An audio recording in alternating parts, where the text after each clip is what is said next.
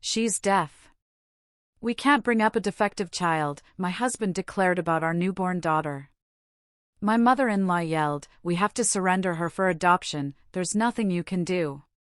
I walked out and spent years studying sign language and hunting for her everywhere. While everyone thought I'd given up, then one day, my world shattered the day my baby was born. 3 days old, and a single diagnosis turned our perfect future into a nightmare I never saw coming. The hospital air hung heavy, thick with the sterile scent of antiseptic and the ghostly whisper of unspoken fears. I held my newborn, Chloe, against my chest, tracing her tiny fingers, memorizing the perfect curve of her ears. "Olivia, you need to be realistic about this situation." My husband, Ethan, stood by the window, his back rigid, refusing to look at our daughter. The doctor had delivered the news that morning: profound bilateral sensory neural hearing loss. Our Chloe was deaf. I pressed my lips to her forehead, inhaling that sweet newborn scent. "She's perfect, Ethan. She's our daughter." He finally turned, and the coldness in his eyes made me flinch. "She's damaged. How are we supposed to raise a child who can't hear? Do you have any idea what that means? The special schools, the medical bills, the constant doctor appointments." My voice cracked as I clutched Chloe tighter. "She's 3 days old. She's not damaged. She just experiences the world differently." The door burst open, and Ethan's mother, Eleanor, swept in like a hurricane. She'd been in the waiting room, Ethan had clearly already informed her. Her face was flushed, her eyes wide with what I can only describe as disgust. "This is unacceptable," she announced, pointing at my baby as if she were a defective piece of furniture. "Ethan, I raised you better than this. You cannot saddle yourself with this burden. We need to give her up for adoption. There are facilities for these types of children." My arms tightened protectively around my daughter. "Eleanor," I said, my voice dangerously low. Eleanor's perfectly manicured eyebrows shot up. "Get out of this room. Now." Something primal had awakened in me then. A fierce protective instinct I'd never felt before. Ethan stepped forward, his jaw clenched. "Mom's right, Olivia. We need to consider all our options. There are families who specialize in special needs children, people who are equipped for this." I looked between them, these two people I thought I knew. Ethan and I had been together for 6 years, married for 3. I'd loved him completely, trusted him with my whole heart. His mother had always been cold, controlling, but I tolerated her for his sake. "She's not an option to consider. She's our daughter." Eleanor actually laughed. "And what exactly do you plan to do?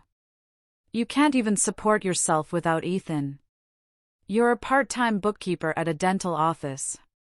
You think you can handle a deaf child alone? There's nothing you can do for her that an adoptive family couldn't do better." The nurse, Martha, who'd been monitoring my vitals, cleared her throat awkwardly.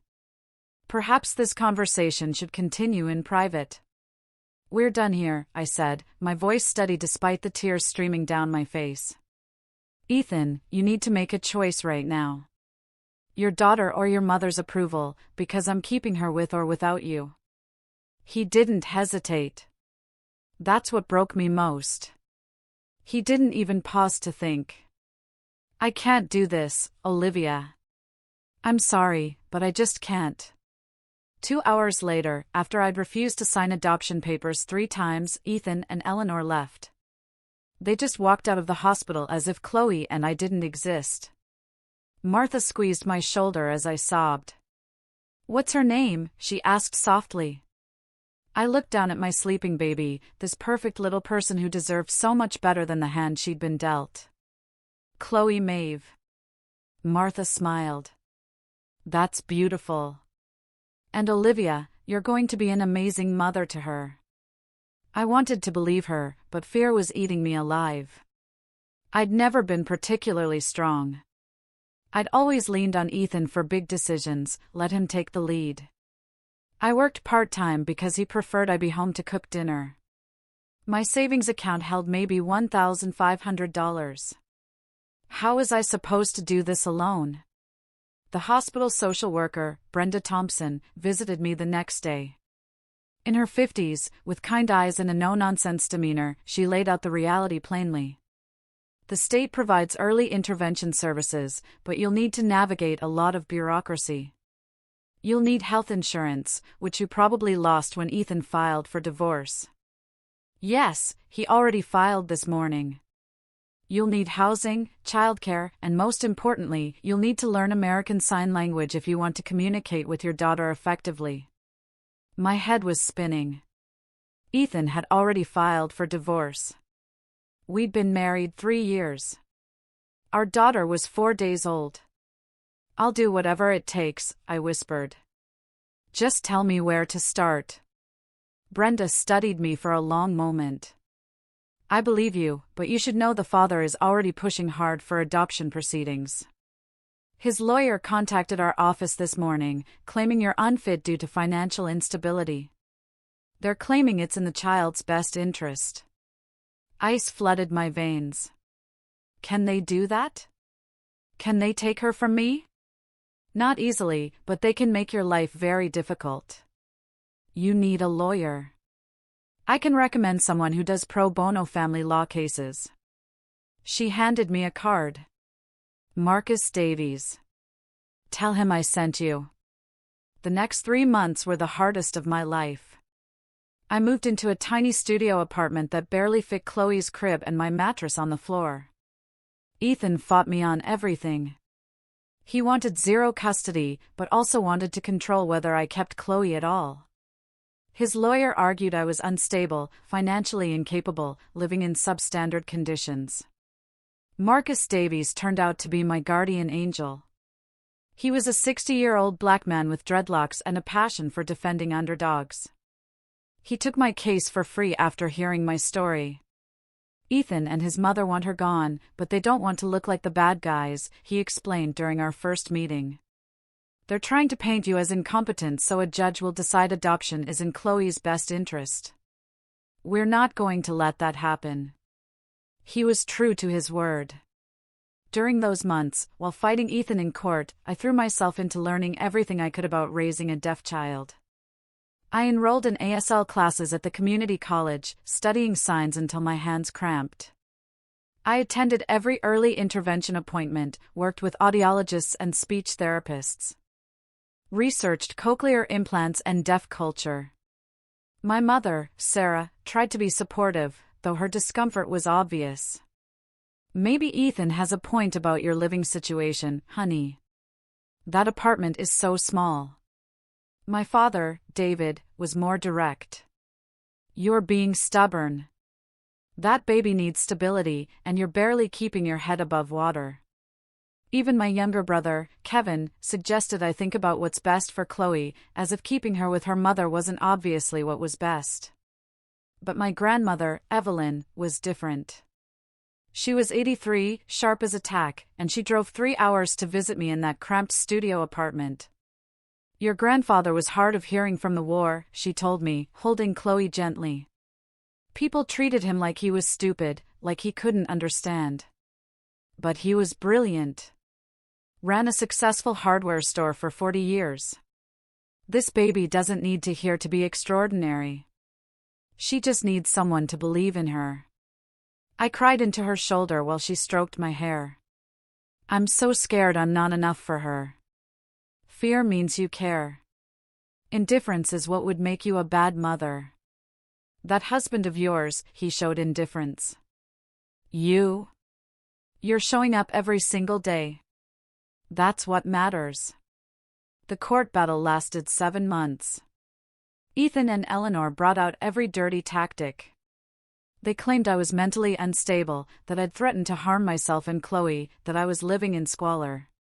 All lies, but lies that had to be disproven with evidence and testimonies. During the final hearing, Judge Helen Carter asked me directly why I thought I could provide better care than an adoptive family specifically trained in special needs. I looked at Chloe, who was 9 months old and sitting in Marcus's assistant's lap. She was babbling in baby sounds, her big brown eyes curious about everything around her. Because I'm her mother, I said simply. And I love her more than life itself. I've already learned intermediate ASL. I've connected with the deaf community. I've researched schools and programs. But most importantly, I wake up every morning determined to give her the best life possible. No adoptive family will fight for her the way I will because no one else will love her the way I do. The judge awarded me full custody. Ethan signed away his parental rights the same day, wanting nothing to do with Chloe. His mother tried to appeal, claiming grandparents' rights, but Marcus shut that down quickly. I thought we were safe. I thought the hardest part was over.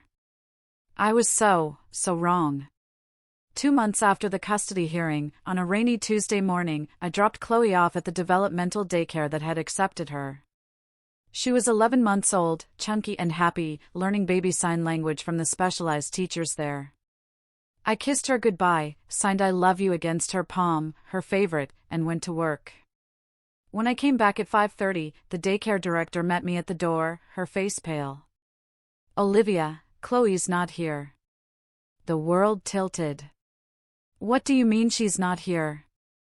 A woman came at 2 o'clock with paperwork claiming to be her grandmother, with temporary custody documents. Everything looked legitimate. We called the number on file to verify, and a man confirmed it was approved. We gave Chloe to her. I couldn't breathe. What woman? What paperwork? She said her name was Eleanor Peterson. She had a driver's license, court documents with a judge's signature. I was already running to my car, phone pressed to my ear, calling Marcus. He answered on the second ring. Eleanor took Chloe. I gasped out. The daycare gave her to Eleanor. They had fake documents. Call the police. Now. I'm heading to the courthouse to get an emergency order. The next 72 hours were an absolute nightmare. The police treated it as a custody dispute initially, which delayed everything. Eleanor had disappeared. Her house was empty. Her car gone. Ethan claimed he knew nothing. But I could see the lie in his eyes when police questioned him. She took her for adoption, he finally admitted during the third interview. She has connections with a private adoption agency. She said it was for the best. Where is Chloe? I screamed at him, Marcus holding me back from lunging across the police station. Where is your mother? I don't know. She didn't tell me details.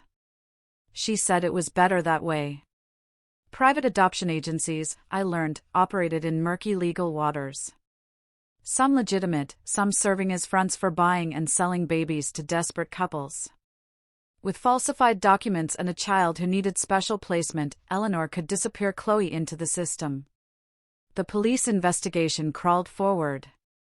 Every day without Chloe felt like drowning.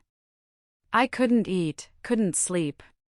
My milk still came in, I'd been nursing her until recently, and the physical pain matched my emotional agony. Marcus worked around the clock, filing emergency motions, contacting every adoption agency in 3 states. He hired a private investigator named Ray Mendez, a retired FBI agent who specialized in parental abduction cases. These private placements move fast, Ray explained. If Eleanor has connections, Chloe could already be with an adoptive family who thinks everything is legitimate. We need to move faster. My mother, Sarah, visited me during this time, finding me on the floor of my apartment, staring at Chloe's empty crib. Sweetheart, you need to eat something. My baby is gone, I whispered. Someone has my baby, and I don't know if they know how to sign to her. She won't understand why I'm not there. She'll think I abandoned her. My mother's eyes filled with tears. We're going to find her. I promise you. But weeks turned into months. Ray traced Eleanor to a motel in Ohio, but she'd left days before they arrived. Ethan, under police pressure, admitted his mother had mentioned something about a family in Maine, but the lead went nowhere. 6 months after Chloe disappeared, the investigation stalled. The FBI was involved, but without concrete evidence of which agency Eleanor used or where Chloe ended up, they had limited resources to continue. Ethan and Eleanor were arrested for kidnapping and falsifying documents. Eleanor remained silent, her lawyer arguing she believed she was acting in Chloe's best interest. Ethan got 3 years probation. Eleanor got 18 months in minimum security prison and served 9. But Chloe was still gone. Marcus sat me down in his office 1 year after she vanished. I'd aged a decade in those 12 months. I was 32 but looked 50. Olivia, I think it's time we consider expanding the search differently. Ray's contacts suggest Chloe was placed through an underground network that specializes in special needs adoptions. These families are often told the birth parents are deceased or unfit. They believe they're saving these children. So what do? We flood the deaf community with her information. We connect with organizations, schools, therapy centers. Someone will have seen her. Deaf children with her specific medical profile aren't common. Someone knows something. I spent the next 4 years doing exactly that. I became obsessed. I joined every deaf community group online and in person. I attended conferences, workshops, school events. I volunteered at deaf schools in 5 different states, always watching, searching. I improved my ASL until I was fluent, earning interpreter certification. I worked for deaf organizations, becoming embedded in the community. I showed Chloe's picture to everyone I met. My family thought I'd lost my mind. You need to move on, my father, David, said after the 3rd year. This isn't healthy. She's alive. I know she's alive. I'm her mother. I would feel it if she was gone. My mother, Sarah, worried about my mental state. Friends from before Chloe's birth had drifted away. I had no social life, no interest beyond finding my daughter. Every penny I earned went to investigators, to traveling to possible sightings, to printing flyers and maintaining websites.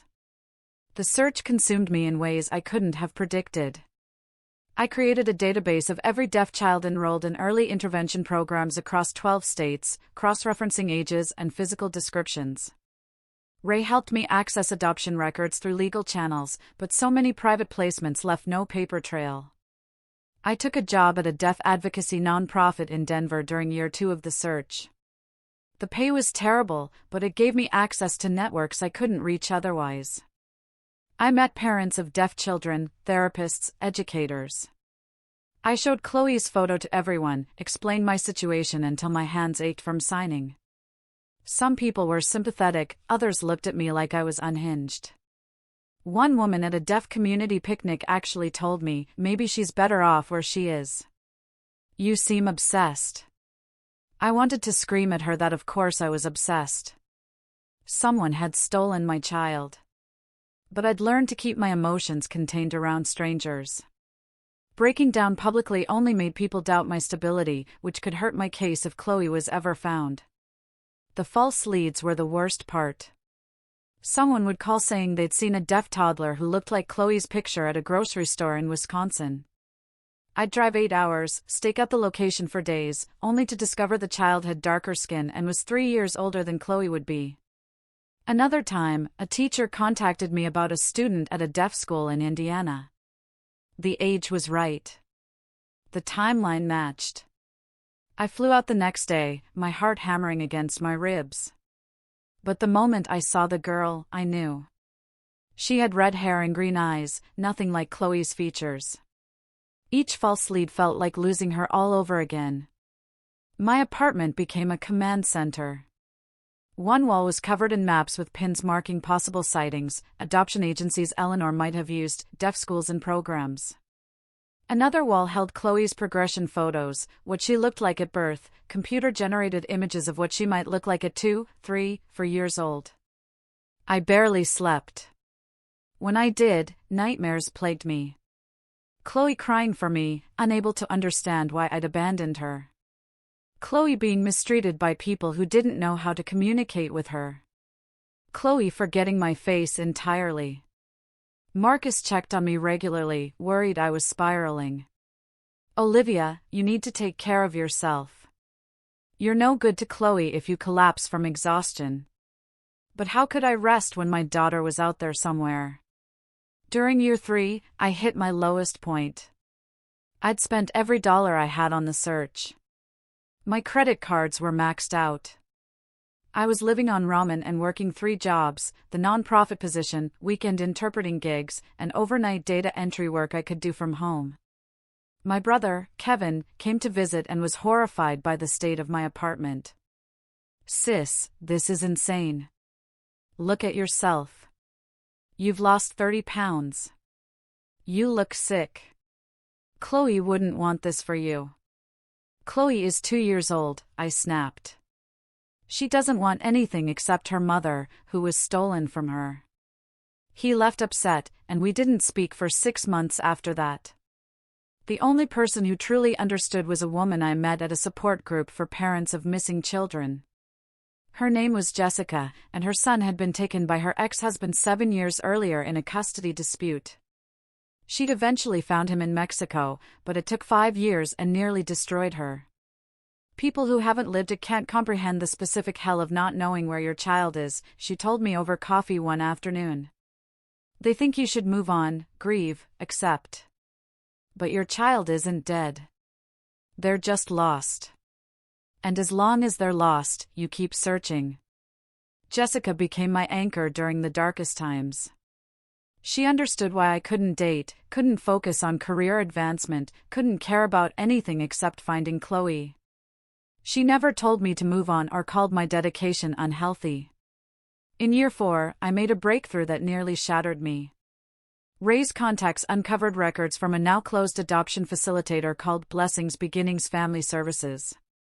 The organization had operated in Ohio and Maine, placing special needs children with families who specifically requested them. The records were incomplete. The company had destroyed most documents before shutting down amid fraud investigations. But there were fragments, and in one fragment, a handwritten note mentioned infant female, hearing impaired, placed March 2019. The timing matched perfectly with when Chloe was taken. Ray and I tracked down the woman who had run Blessings Beginnings, Clara Jensen, now 70 years old and living in a nursing home in Maine. She'd had a stroke, and her memory was spotty, but she agreed to speak with me. I help children, she insisted, her words slightly slurred. Children who needed special homes. Parents who couldn't cope. Did you work with a woman named Eleanor Peterson? I showed her a photo. Clara's eyes flickered with recognition. Maybe. I worked with many people. She brought you a deaf baby. My baby, in February 2019. Please, if you remember anything about where that baby went. I placed many deaf children. There was a couple in Oregon, both deaf themselves. They desperately wanted a deaf baby so the child would grow up in deaf culture, not treated as disabled. She paused, struggling to remember. The woman's name started with B. Bethany. Beverly. Bethany? I whispered. Maybe. I don't remember. But they were good people. I made sure of that. Whatever people say about my business, I vetted families carefully. It was the first solid lead in 4 years. Oregon. A deaf couple, a woman whose name might start with B. Ray immediately began searching deaf community organizations in Oregon. The deaf community there was large but tight-knit. Someone would know this couple. It took 8 more months of networking, attending events, building relationships before Sofia Garcia contacted me. 8 months of hope and terror warring inside me constantly. I'd almost given up dozens of times during those years. Late at night, exhausted and broken alone, I'd think maybe everyone was right. Maybe I should accept that Chloe was gone, try to build a new life. But then I'd see a little girl with curly hair at the grocery store, or I'd wake from a dream where Chloe was calling for me, and the determination would surge back fiercer than before. Ethan remarried during this time, had a son with his new wife, Emily, a perfectly hearing child they paraded on social media. He'd completely moved on as if Chloe had never existed. Eleanor got out of prison after 9 months, immediately hired an expensive lawyer, and began rebuilding her reputation. She gave interviews claiming she'd made a difficult decision out of love, painting herself as the victim of a vindictive ex-daughter-in-law. I stopped following the news about them. They didn't matter. Only Chloe mattered. 5 years after she disappeared, I was working as an ASL interpreter at a deaf school in Idaho. I'd moved there 6 months earlier following a lead that went nowhere, but stayed because the deaf community was strong, and I felt closer to Chloe somehow. It was a Tuesday morning, sunny and warm. I was interpreting for a parent-teacher conference when the school's secretary interrupted. "Olivia, there's someone here to see you. She says it's urgent." The woman waiting in the office was about 60, Native American, with silver-streaked black hair and turquoise jewelry. Her name was Sofia Garcia, and she was a social worker for the deaf community. "I've been following your search for 5 years," she said without preamble. "I have information about your daughter." My legs nearly gave out. "You've seen her?" "I believe so. There's a family in Portland, Oregon, about 3 hours from here. They adopted a deaf girl 6 years ago through a private agency. The timeline matches. The medical profile matches.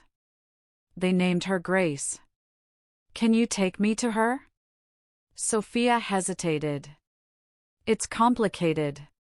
This family, the Petersons, they believe the mother died in childbirth. They were told it was a tragic situation, that the father couldn't cope. They've been raising Grace believing they saved her from foster care, so they were lied to, too. But that doesn't change the fact that she's my daughter."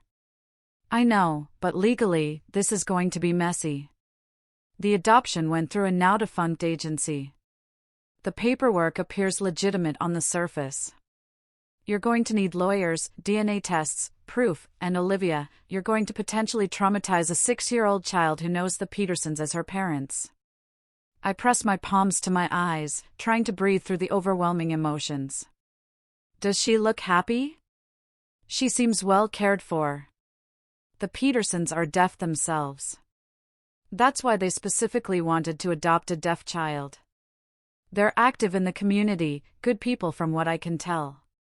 But that doesn't change what was stolen from you. I need to see her. Even if it's from a distance, I need to see my daughter." Sophia drove me to a suburb outside Portland 3 days later. She'd arranged for us to observe a deaf children's playgroup that Grace attended.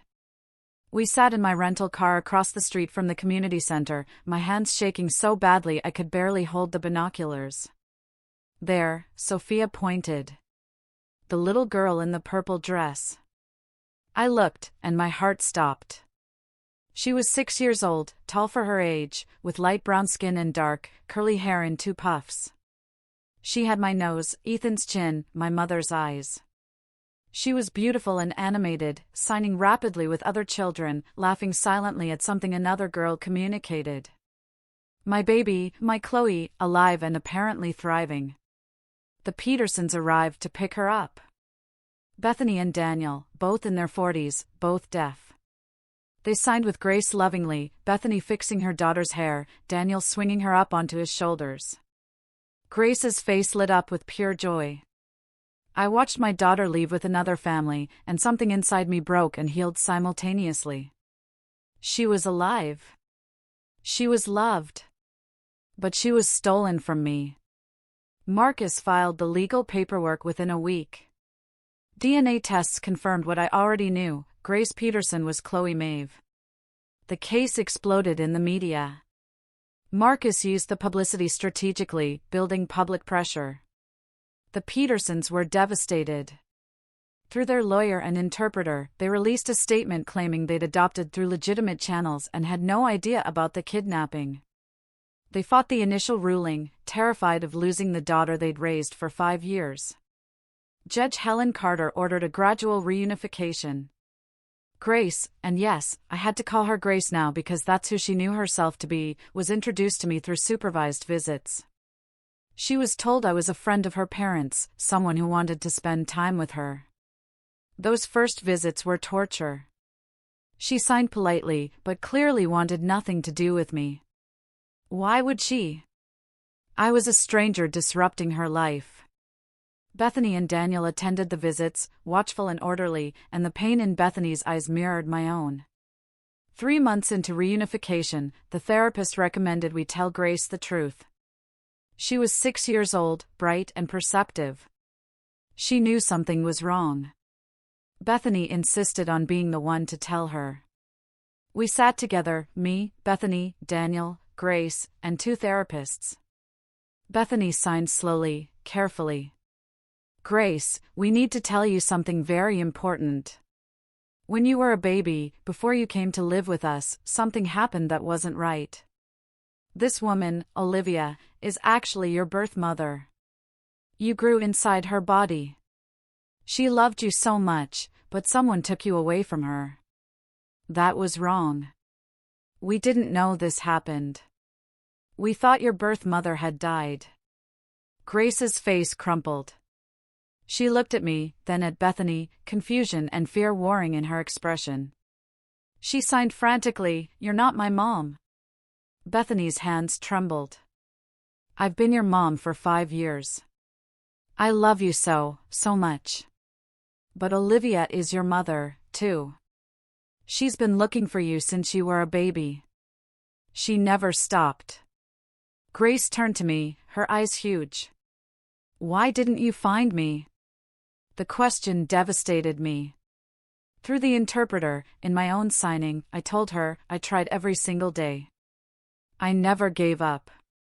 There hasn't been one day I didn't think about you.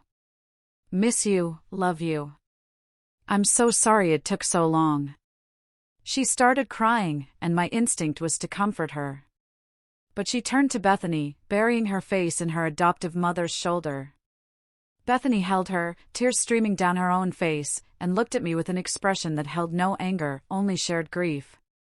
The reunification process took 2 more years. I had to go slowly, building trust with a child who saw me as a threat to her family. Therapy, supervised visits, overnight stays, weekend trips.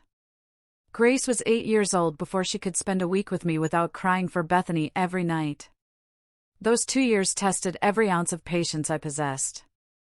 The therapist, Dr. Susan Miller, specialized in adoption, trauma, and attachment. She explained that Grace's entire identity had been upended. The parents she trusted completely had kept a massive secret from her. The stranger, claiming to be her real mother, represented loss rather than a gain in Grace's mind. "She's grieving," Dr. Miller told me after a particularly difficult session where Grace refused to look at me. "She's grieving the simple story she thought she knew about herself. To accept you means accepting that her life was built on a lie, even if that lie wasn't her parents' fault." The first overnight visit was a disaster. Grace cried for 3 hours straight, signing frantically that she wanted Bethany, that I was mean, that she hated me. I sat outside her bedroom door, my own tears falling silently, feeling like a villain in my daughter's story. Bethany called me that night, her face exhausted in the video chat. "She'll adjust. I keep telling her you're not trying to replace us. That love doesn't run out. But she's 7. She doesn't understand yet. I'm so sorry," I signed and spoke simultaneously. "I'm sorry this is hurting her. I'm sorry it's hurting you." Bethany's expression softened. "I can't imagine what you went through searching for her all those years. And I can't imagine what you're going through now, having found her but not really having her. This situation is cruel to everyone except the people who caused it." We formed an unlikely alliance. Bethany and we texted regularly about Grace's preferences, her fears, her small victories. Bethany sent me videos of Grace signing, taught me the specific signs Grace invented for things, explained our daughters' quirks and habits. Daniel was more distant, protective of Bethany's pain. But eventually, he warmed up, too. He taught me about deaf culture from an insider's perspective, explained things I'd missed in my years of study. You learned ASL as a second language, he signed during one of Grace's soccer games. But Grace needs you to understand deaf identity, not just deaf communication. He recommended books, introduced me to deaf adults who could mentor Grace, helped me understand the difference between being deaf, when a medical condition, and being deaf, a cultural identity and source of pride. Slowly, painfully slowly, Grace began to thaw toward me. It started with small things. She'd show me a drawing without being prompted. She'd ask me to braid her hair. She'd tell me about something funny that happened at school. 8 months into reunification, she had a nightmare during a weekend visit. I heard her crying and went to her room, expecting her to push me away as usual. Instead, she reached for me, and I held her while she sobbed against my chest. I dreamed someone took me again, she signed when she'd calmed down. And nobody could find me this time. That won't happen, I promised. You're safe now. Both your families will always protect you. She looked up at me with those eyes that were so like my mother's. Do you promise you won't leave? My heart cracked open. I will never, ever leave you. I searched for you for 5 years. I'll spend the rest of my life making sure you know you're loved. After that night, something shifted. Grace started calling me by a name she'd invented, a sign that combined mother and searcher. It wasn't mom yet, but it was something. The legal process for finalizing custody was complex. Ethan's parental rights had been terminated. But the Petersons' adoption had been based on fraudulent information. Technically, it could be voided entirely, but doing so would traumatize Grace further and punish the Petersons for crimes they didn't commit. The judge, Helen Carter, had dealt with unusual custody cases before, but admitted ours was unprecedented. During the final hearing, she addressed Grace directly through an interpreter. Grace, I know this has been very hard for you. The adults in your life are trying to make the best decisions for your future. What would make you feel safest and happiest? Grace, now 8 years old and more confident than she'd been a year ago, signed clearly. I want to live with both families. I don't want to choose. They both love me. Is that allowed? Judge Carter smiled. Yes, sweetheart. That's allowed. The custody arrangement she crafted was unconventional but comprehensive.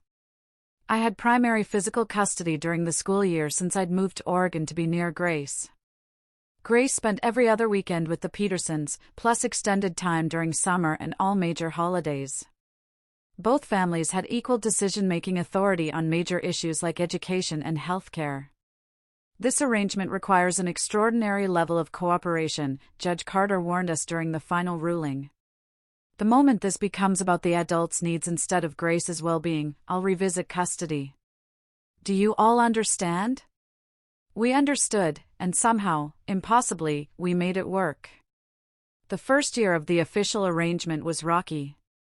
Grace played us against each other sometimes, as children do. She'd tell Bethany I was too strict, then tell me Bethany let her stay up late. We had to learn to communicate openly, verify stories, present a united front. Holidays were complicated. Whose traditions did we follow? Grace had spent 5 Christmases with the Petersons, learning their family customs. I wanted to create new traditions with her, but didn't want to erase her history. We compromised constantly.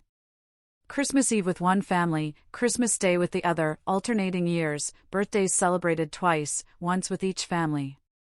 Spring break split down the middle. My parents struggled to understand the arrangement. So, you have custody, but she's gone half the time? My mother, Sarah, asked, confused. She's building a relationship with me while maintaining the relationship with the parents who raised her, I explained. It's not ideal, but it's what Grace needs. My father, David, was more blunt. Those people stole 5 years with your daughter. Why are you being so generous? They didn't steal anything. They were lied to. And they gave Grace something I couldn't have given her. They gave her deaf parents who raised her in deaf culture, who made her proud of who she is instead of seeing her deafness as something to fix. It was true. If I'd raised Chloe from birth, would I have done as well as the Petersons? I'd have loved her fiercely, yes. But I was hearing. I'd have always been an outsider to a fundamental part of her identity. The Petersons gave her something I never could, the experience of having parents who shared her deafness, who navigated the world the same way she did. That realization helped me accept the shared custody with less bitterness. Yes, they'd had years with her that should have been mine.